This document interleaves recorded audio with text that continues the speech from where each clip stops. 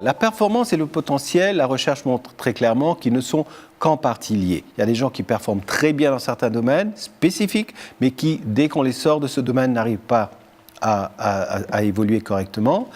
Le potentiel est un élément qui est dépendant complètement de ce qu'on appelle l'agilité d'apprentissage, ce que les Américains et les Anglais appellent le learning agility.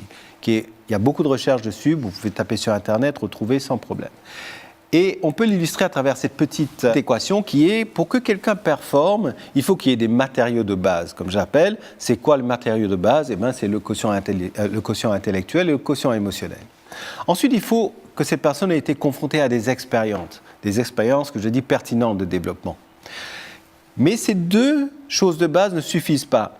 Si, par contre, la personne a une grande capacité d'apprentissage, ça va avoir un effet démultiplicateur, mais phénoménal, qui vont faire qu'il y aura des performances supérieures à la normale par cette personne.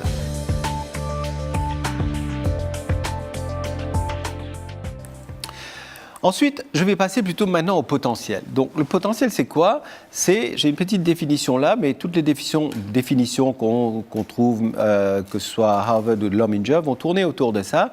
C'est qu'il y a plusieurs termes, et c'est important de se garder sur ces termes parce que ces termes vont nous servir aussi d'outils de formation des managers quand ils vont identifier le potentiel.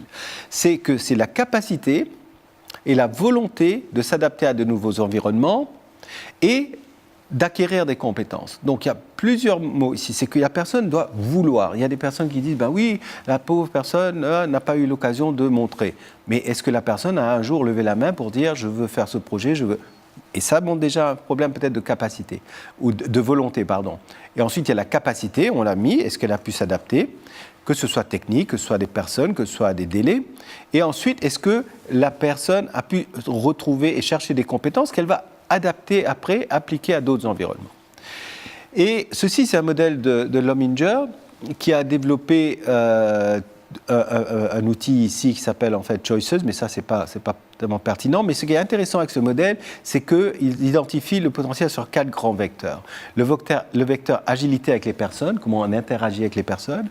Le vecteur changement, et je disais tout à l'heure, c'est pas seulement gestion du changement, mais c'est surtout la création du changement, la poursuite des résultats, et le mental. Parce que ce qui est intéressant avec le potentiel, certains disent on ne peut pas développer le potentiel, c'est pas vrai, on peut tout à fait le développer.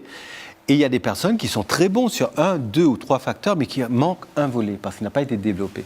Les critères plutôt les caractéristiques des hauts performeurs et des hauts potentiels, on voit cela un certain nombre que j'ai choisi. J'ai simplement mis surtout que d'un côté hauts performeurs, nous allons avoir surtout des experts techniques et fonctionnels, et de l'autre côté, nous allons avoir des personnes qui s'adaptent facilement aux tâches. On peut fermer les yeux et imaginer dans le plan de succession qu'on a besoin